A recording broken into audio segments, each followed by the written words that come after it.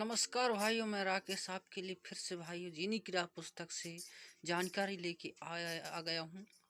पिछले वीडियो में हमने बताया था भाइयों, आपको बताया था मतलब आप सबको बताया था साधना और भक्ति में क्या अंतर, साधना और पूजा में। आज हम जानेंगे भाइयों ऋषि दुर्वासा और काल गुजारी की कथा, जो कि जीनी की राह पुस्तक संत रामपाल जी महाराज जी द्वारा लिखित पुस्तक से है भाइयों, जो कि शास्त्र का निचोड़ पुस्तक है। तो आइए चलते हैं वीडियो को ज़्यादा लंबा करते हुए जीनी की राह पुस्तक में कारगुजारी तथा ऋषि दुर्वासा की कथा के बारे में। ये भाइयों जीनी की राह पुस्तक, आप इसको चाहें तो घर बैठे निःशुल्क मंगवा सकते हैं।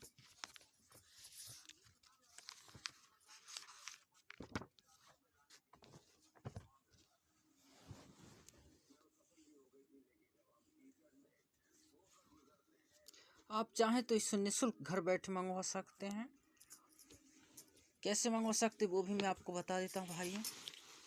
जब आप संत रामपाल जी महाराज जी का सत्संग देखेंगे तो इन टीवी चैनलों में संत रामपाल जी महाराज जी का सत्संग आता है।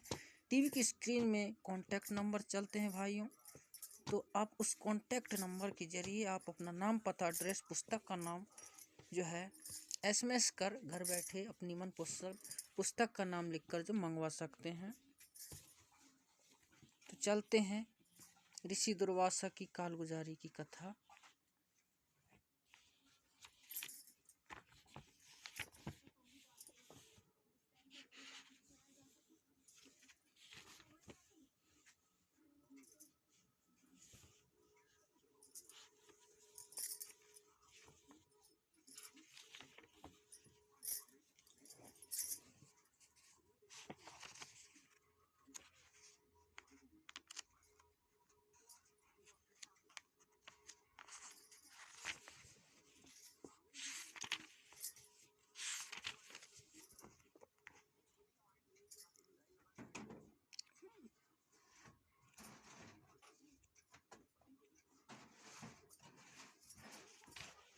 ये भाइयों ये आ गए हम ऋषि दुर्वासा तथा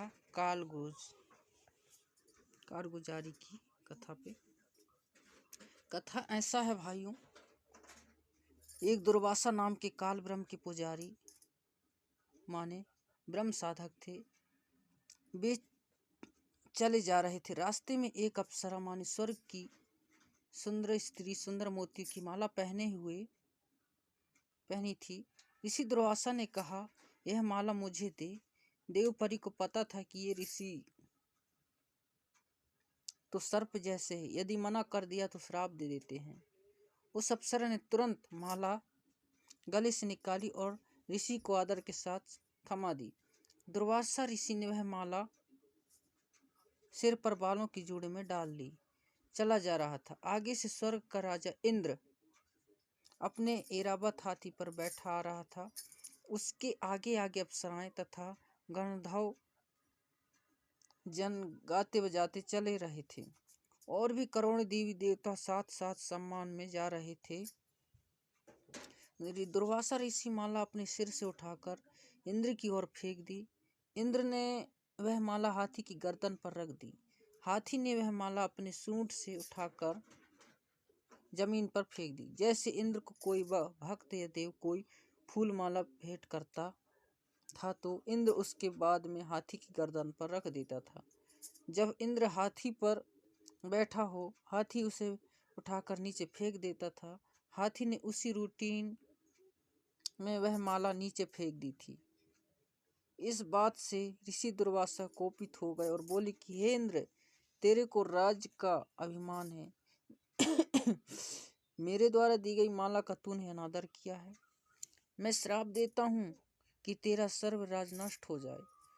देवराज इंद्र एकदम कांपने लगा और बोला कि हे विप्र, मैंने आपकी माला को आदर से ग्रहण करके हाथी के ऊपर रखा था। हाथी ने अपनी औपचारिकता बस नीचे डाल दी। मुझे क्षमा करें। बार बार करबद्ध होकर हाथी से नीचे उतरकर दंडवत प्रणाम करके भी क्षमा याचना इंद्र ने की, परंतु दुर्वासा ऋषि नहीं माने और कहा कि जो मैंने कह दिया वह वापस नहीं हो सकता। कुछ ही समय में इंद्र का दारुण सर्वनाश हो गया, स्वर्ग उजड़ गया। एक बार ऋषि दुर्वासा जी द्वारका नगरी के पास जंगल में कुछ समय के लिए रुके। द्वारका वासियों को पता चले कि दुर्वासा जी अपनी नगरी के पास आए। वे त्रिकालदर्शी महात्मा हैं, सिद्धियुक्त ऋषि हैं। द्वारकावासी श्री कृष्ण से अधिक शक्तिशाली किसी को नहीं मानते थे। श्री कृष्ण के पुत्र श्री प्रद्युम्न सहित कई यादवों ने योजना बनाई कि सुना है दुर्वासा जी त्रिकालदर्शी हैं, मन की बात भी बता देते हैं, अंतर्यामी, उनकी परीक्षा लेते हैं। यह विचार करके प्रद्युम्न को गर्भवती स्त्री का स्वांग बनाकर 10-12 व्यक्ति साथ चले। एक व्यक्ति को उसका पति बना लिया। दुर्वासा जी के पास जाकर कहा, हे ऋषि जी, इस स्त्री पर परमात्मा की कृपा बहुत दिनों पश्चात हुई है, इसको गर्भ रहा है, यह इसका पति है। दोनों उतावले हैं कि हमें पता चले कि गर्भ में लड़का है या कन्या। आप तो त्रिकालदर्शी यानी अंतर्यामी, कृपया बताएं। उन्होंने प्रद्युम्न के पेट पर एक छोटी कढ़ाई बांध रखी थी। उसके ऊपर रुई का लोंगड़ तथा पुराने वस्त्र बांधकर गर्भ बना रखा था। ऊपर स्त्री वस्त्र पहन रखे थे। ऋषि दुर्वासा जी ने दिव्य दृष्टि से देखा और जाना कि यह मेरा मजाक करने आया है। दुर्वासा जी ने कहा कि इस गर्भ से यादव कुल का नाश होगा। इतना कहकर क्रोधित हो गए। सर्व व्यक्ति वहां से खिसक गए। नगरी में यह बात आग की तरह फैल गई। ऋषि दुर्वासा जी ने श्राप दे दिया कि यादवों का नाश होगा। उनको विश्वास था कि हमारे साथ सर्व शक्तिमान भगवान अखिल ब्रह्मांड के नायक श्री कृष्ण हैं।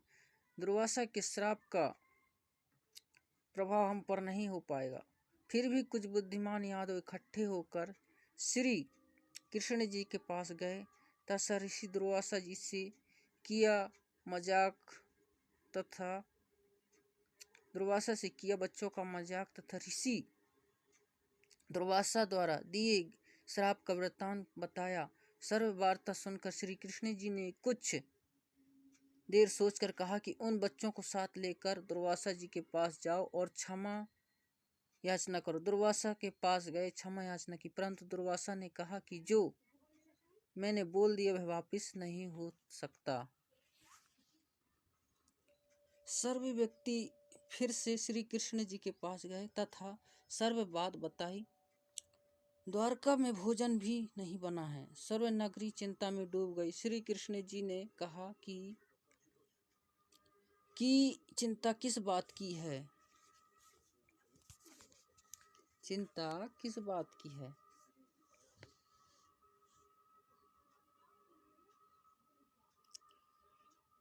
जो वस्तु गर्भ रूप में प्रयोग की थी उन्हीं से तो हमारा विनाश होना बताया। ऐसा करो, कपड़ों तथा रुई को जलाकर तथा लोहे की कढ़ाई को पत्थर पर घिसकर प्रभास क्षेत्र में यमुना नदी के किनारे एक स्थान का नाम है, मैं यमुना नदी में डाल दो। वहीं बिठाकर घिसाओ, वही चूरा दरिया में डाल दो। वहीं पर राख पानी में डाल दो। न रहेगा मांस, न बजेगी बांसुरी। जब गर्भ की वस्तुएं ही नहीं रहेगी तो हमारा नाश कैसे होगा? यह बात द्वारका वासियों को अच्छी लगी और अपने को संकट मुक्त माना। श्री कृष्ण जी के आदेश अनुसार सब किया गया। कड़ाही का एक कड़ा पूरी तरह नहीं घिस पाया। उसको वैसे ही यमुना में नदी में फेंक दिया। वह एक मछली ने चमकीला खाद्य पदार्थ जानकर खा लिया। उस मछली को बालिया नामक भील ने पकड़ लिया। जब मछली को काटा तो उससे निकली धातु की जांच करने के पश्चात उसको अपने तीर को आगे के हिस्से में विषय युक्त करवाकर लगवा लिया। उसे सुरक्षित रख लिया जो कड़ाई का लोहे का चूरा पानी में डाला था। वह लंबे सरकंडे जैसे घास के रूप में यमुना नदी के किनारे पर उग गया।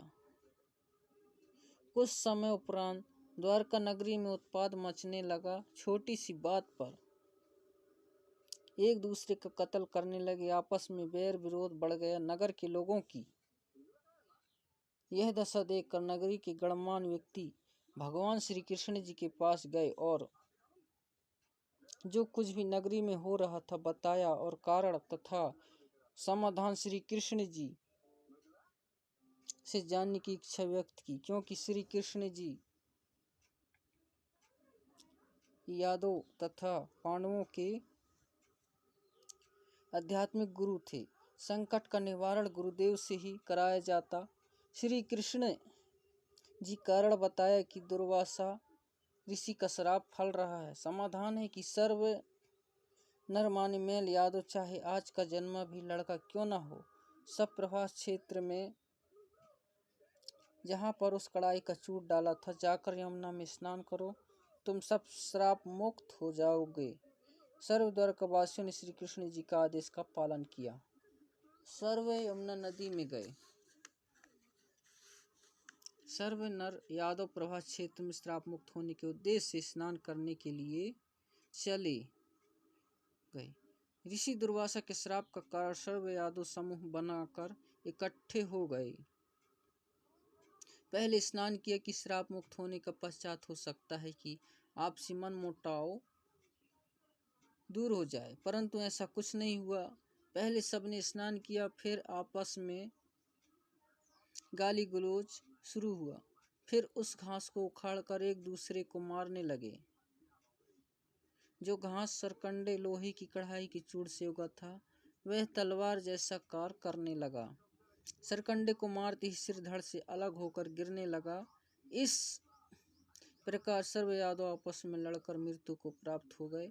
कुछ 200-400 शेष रहे थे। उसी समय श्री कृष्ण जी भी वहां पहुंच गए। उन्होंने भी उस घास को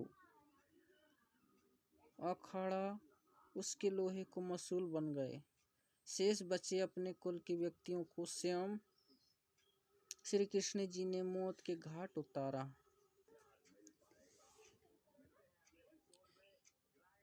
शेष रहे उसी समय श्री कृष्ण जी भी वहीं पहुंच गए। उन्होंने भी उस घास को उखाड़ा, उसके लोहे के मसूल को बन गए। शेष बचे अपने कुल के व्यक्ति को स्वयं श्री कृष्ण जी ने मौत के घाट उतारा। इसके पश्चात श्री कृष्ण जी एक वृक्ष के नीचे विश्राम करने लगे। इतने में देवयुग से वह वालिया नामक भील, जिसने उस लोहे की कढ़ाई के कड़े का विषाक्त तीर माने रौ बनवाया था, उसी तीर को लेकर शिकार की खोज में उस स्थान पर आ गए जहां पर श्री कृष्ण जी विश्राम कर रहे थे। श्री कृष्ण जी के दाएं पैर के तलवे में पद्म बना था, उसमें 100 वाट के बल्ब जैसी चमक थी। वृक्ष की झुरमुट नीचे तक लटकी थी, उनके नीचे से पद्म की चमक स्पष्ट नहीं दिख रही थी। बालिया भील ने सोचा कि यह हिरण की आंख दिखाई दे रही है, इसलिए तीर चला दिया। हिरण को मारने के उद्देश्य से जब तीर श्री कृष्ण जी के पैर में लगा तो श्री कृष्ण जी ने कहा, मर गया रे मर गया। बालिया भील को आभास हुआ कि तीर किसी व्यक्ति को लग गया। दौड़कर गया तो देखा द्वारकाधीश मरे दर्द के तड़प रहे थे। बालिया ने कहा कि हे महाराज, मुझसे धोखे से तीर चल गया। आपके पैर की चमक को मैंने हिरण की आंख जानकर तीर मार दिया। मुझसे गलती हो गई, क्षमा करो महाराज। श्री कृष्ण जी ने कहा कि तेरे से कोई गलती नहीं हुई। यह तेरा मेरा पिछले जन्म का लेन देन है, वह मैंने चुका दिया। तू त्रेता युग में सुग्रीव का बाली था, सुग्रीव का भाई बाली था। मैंने रामचंद्र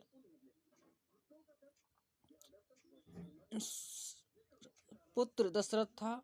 मैंने भी तेरे को वृक्ष की ओट लेकर धोखे से मारा था। वह अदला बदला टिट फॉर टैट पूरा किया।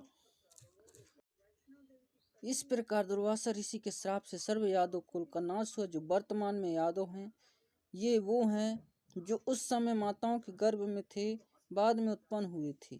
सूक्ष्म वेद में लिखा है, गरीब दुर्वासा को पे तहाँ समझ न आई नीच, 56 करोड़ यादव कटे मची रुधिर की कीज। इसका सरलार्थ इस प्रकार है भाइयों, दुर्वासा ने बच्चों के मजाक को इतनी गंभीरता से लिया कि उनके कुल का नाश करने का श्राप दे दिया। उस नीच दुर्वासा ने यह भी नहीं सोचा कि क्या अनर्थ हो जाएगा। बात कुछ भी नहीं थी। दुर्वासा नीच ऋषि ने इतना जुल्म कर दिया कि 56 करोड़ यादव कटकर मर गए और रक्त के बहाने से कीचड़ बन गया। इस प्रकार चड़ुक ऋषि ने बेमतलब पंगा लेकर मानधाता राजा की 72 करोड़ सेना का नाश कर दिया। अब आगे जानते हैं भाइयों। एक कपिल नाम के ऋषि थे जिनको भगवान विष्णु के 24 अवतारों में से एक अवतार भी माना जाता है। वे तपस्या कर रहे थे। एक सगड़ राजा था, उसके 60,000 पुत्र थे। किसी ऋषि ने बताया कि यदि एक तालाब, एक कुआं, एक बगीचा बना दिया जाए तो एक अश्वमेघ यज्ञ जितना फल मिलता है। राजा ने सगड़ के लड़कों ने यह कार्य शुरू कर दिया। समझदार व्यक्ति ने उनसे कहा कि आप ऐसे जगह जगह तालाब, कुएं, बगीचे बनवाओगे तो पृथ्वी पर अन्न उत्पन्न करने के लिए स्थान ही नहीं रहेगा। किसी राजा ने विरोध किया तो उससे लड़ाई कर ली।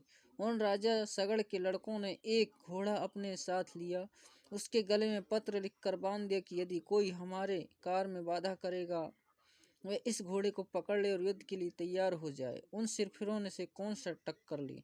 पृथ्वी देवी भगवान विष्णु जी के पास गई। एक गाय का रूप धारण करके कहा कि हे भगवान, पृथ्वी पर एक सगड़ राजा है, उसके 60,000 पुत्र हैं।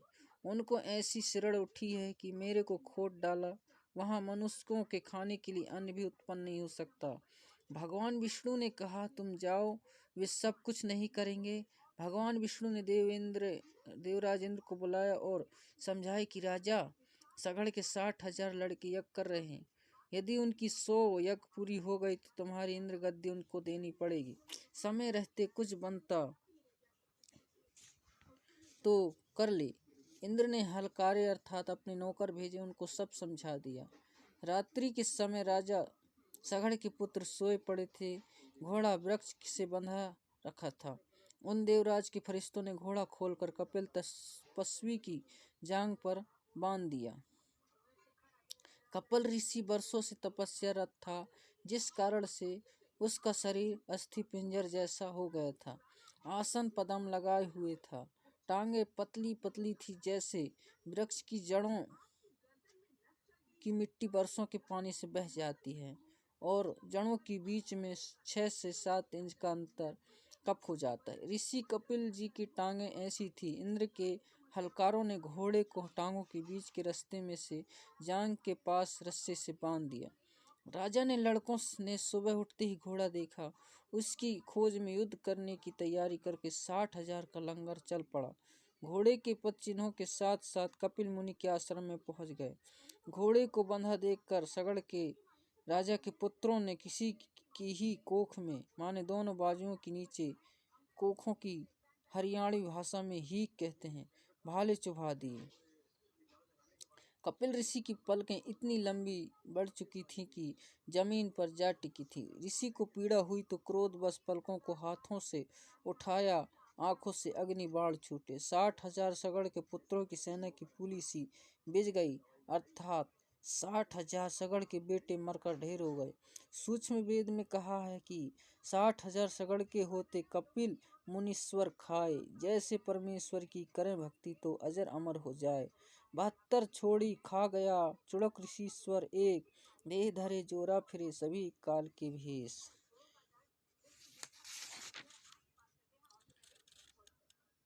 दुर्वासा को पिता समझ न आई नीच, 56 करोड़ यादव कटे मची रुधिर की कीच। इसका अर्थ है भाइयों, कपिल मुनि जी, जड़ुक मुनि जी तथा दुर्वासा मुनि जी संसार में कितने प्रसिद्ध हैं। ये सब काल ब्रह्म की भक्ति करने वाले वेशधारी ऋषि हैं। ये सब चलती फिरती मौत थी, चलती फिरती मनुष्य रूप में घाल हैं। घाल माने एक मिट्टी के छोटे मटके को तांत्रिक विधा से आकाश में उड़ाकर दुश्मन पर छोड़ता है, उससे बहुत हानि होती है। गलती से भोले प्राणी इनको महान आत्मा मानते हैं। ये सब ज्ञानी आत्मा थे, ये सब उद्धार हृदय के थे। इन्होंने परमात्मा प्राप्ति के लिए अपना कल्याण कराने के लिए तन मन धन अर्पित कर दिया, परंतु तत्वदर्शी संत न मिलने के कारण इन्होंने काल ब्रह्म को एक समर्थ प्रभु मानकर गलती की और उसी की साधना ओम नाम के जाप के साथ तथा अधिक हठ योग समाधि द्वारा की, जिससे परमात्मा प्राप्ति तो है ही नहीं, उल्टा हानि होती है, क्योंकि यह साधना शास्त्र विरुद्ध है।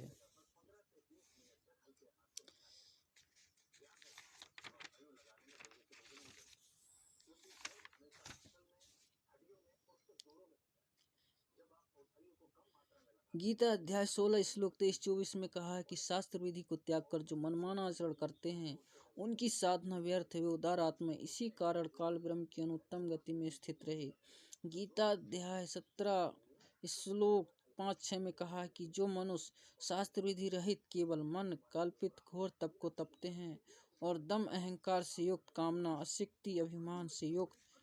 गीता अध्याय 17 श्लोक 5 शरीर में स्थित सर्व कमलों में देव शक्तियों तथा पूर्ण परमात्मा तथा मुझ भी कृष करने वाले अर्थात कष्ट देने वाले अज्ञानियों को तू असुर स्वभाव के जान। गीता अध्याय 17 श्लोक 6 में यही प्रमाण गीता अध्याय 16 श्लोक 17 से 20 में है। वे अपने आप को श्रेष्ठ मानने वाले घमंडी पुरुष धन और मान के भेद से युक्त होकर केवल नाम मात्र यज्ञों द्वारा पाखंड से शास्त्र विधि रहित पूजन करते हैं। गीता अध्याय 16 श्लोक 17 में बताया भाइयों, अहंकार बल घमंड कामना क्रोध आदि के बस और दूसरों की निंदा करने वाले पुरुष अपने और दूसरों के शरीर में स्थित मुझसे द्वेष करने वाले होते हैं। गीता अध्याय 16 श्लोक 18 में उन द्वेष करने वाले पाप चीर क्रोध कर्मी जो वचन से करोड़ों व्यक्तियों की हत्या करने वाले नर धामों अर्थात नीच मनुष्यों में संसार में बार बार असुरी अर्थात राक्षसी योनियों में ही डालता हूँ। गीता अध्याय 16 श्लोक 19 सूक्ष्म वेद में भी इन्हें नीच कहा है। दुर्वासा कोपे तहाँ समझ न आई नीच, 56 करोड़ यादव कटे मची रुधिर की कीच। हे अर्जुन, वे मूर्ख मुझको न प्राप्त होकर ही जन्म जन्म में असुरी योनियों को प्राप्त होते हैं,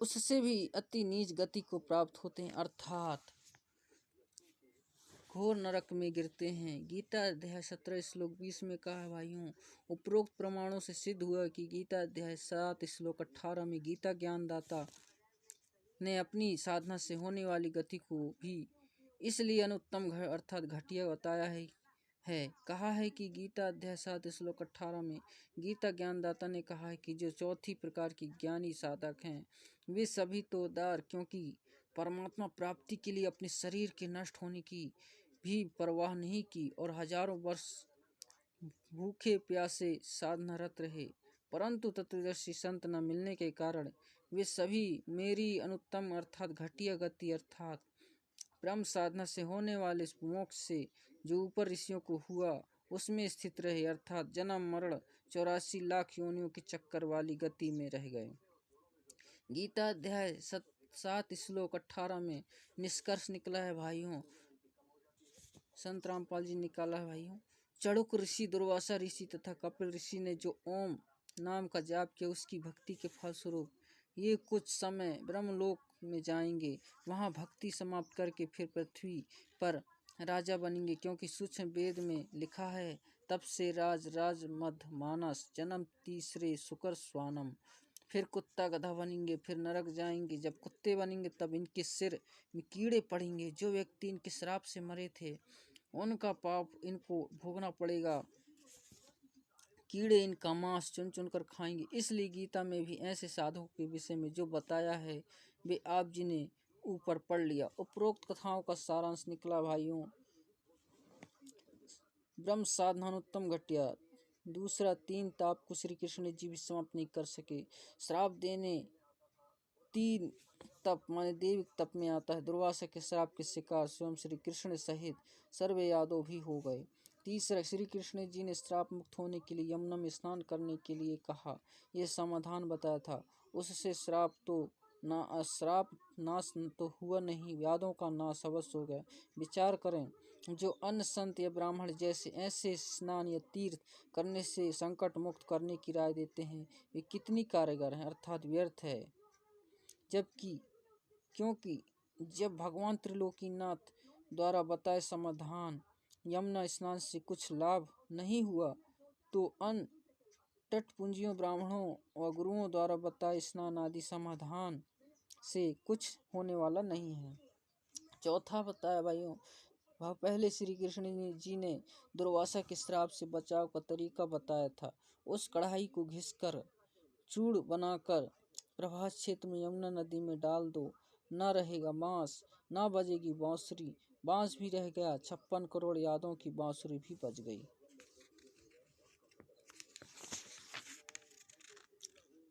फिर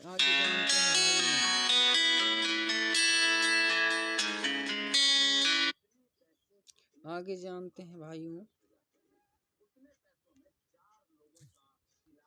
आगे बताया भाई सज्जनों, वर्तमान बुद्धिमान मानव है, शिक्षित है। मेरे द्वारा संत रामपाल दास द्वारा बताए ज्ञान को शास्त्रों से मिलाओ, फिर भक्ति करके देखो क्या कमाल होता है। प्रसंग आगे चलाते हैं। तीनों गुणों रजगुण, सदगुण, तमगुण शिवजी की भक्ति करना व्यर्थ सिद्ध हुआ।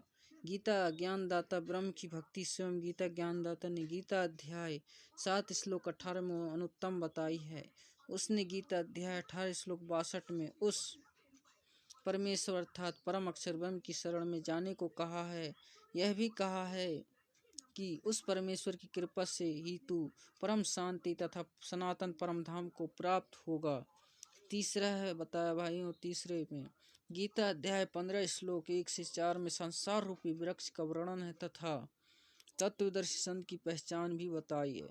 संसार रूपी वृक्ष के सब हिस्से, जड़ें, मूल कौन परमेश्वर है, तना कौन प्रभु है, डार कौन प्रभु, शाखाएं कौन कौन देवता है, पात रूप संसार बताया है। इसी अध्याय 15 श्लोक 16 में स्पष्ट किया है कि चार पुरुष माने यह ब्रह्मांड 21 ब्रह्मांड का प्रभु है। इसे ब्रह्म काल, ब्रह्म ज्योति, निरंजन भी कहा जाता है। ये नासवान है, हम इसके लोक में रह रहे हैं, हमें इसके लोक से मुक्त होना है तथा अपने परमात्मा कबीर जी के पास सत्यलोक में जाना है। दूसरा है भाइयों अक्षर पुरुष, ये सात संग ब्रह्मांडों का प्रभु है, यह भी नासवान है, हमने इसके सात संग ब्रह्मांडों के क्षेत्र से होकर सत्यलोक जाना है, इसलिए इसका टोल टैक्स देना है। बस इससे हमारा इतना ही काम है। गीता अध्याय 15 श्लोक 17 में कहा है कि उत्तम पुरुष तु अन्य परमात्मे उदाहत है, या लोक त्रियम अवश्य पिभर्ति, अब यह ईश्वर है। सरलार्थ है भाइयों, गीता अध्याय 15 श्लोक 16 में कहे हैं दो पुरुष, एक क्षर पुरुष दूसरा अक्षर पुरुष, इन दोनों से अन्य उत्तम पुरुष अर्थात पुरुषोत्तम उसी को परमात्मा कहते हैं जो तीनों लोकों में प्रवेश करके सबका धारण पोषण करता है। यह वास्तव में अविनाशी परमेश्वर गीता अध्याय 15 श्लोक 17, गीता अध्याय 3 श्लोक 14-15 में भी स्पष्ट किया है कि सर्वगतम ब्रह्म अर्थात सर्वव्यापी परमात्मा जो सच्ची दयानंद घन ब्रह्म है, उसे वासुदेव भी कहते हैं, जिसके विषय में गीता अध्याय 7 श्लोक 19 में कहा है वही सदा यज्ञों अर्थात धार्मिक अनुष्ठानों में प्रतिष्ठित है अर्थात इष्ट रूप में पूज्य है। पूर्ण गुरु से दीक्षा लेकर मर्यादा में रहकर भक्ति करो, इस प्रकार जीने की राह पर चलकर संसार में सुखी जीवन जिएं तथा मोक्ष रूपी मंजिल को प्राप्त करें।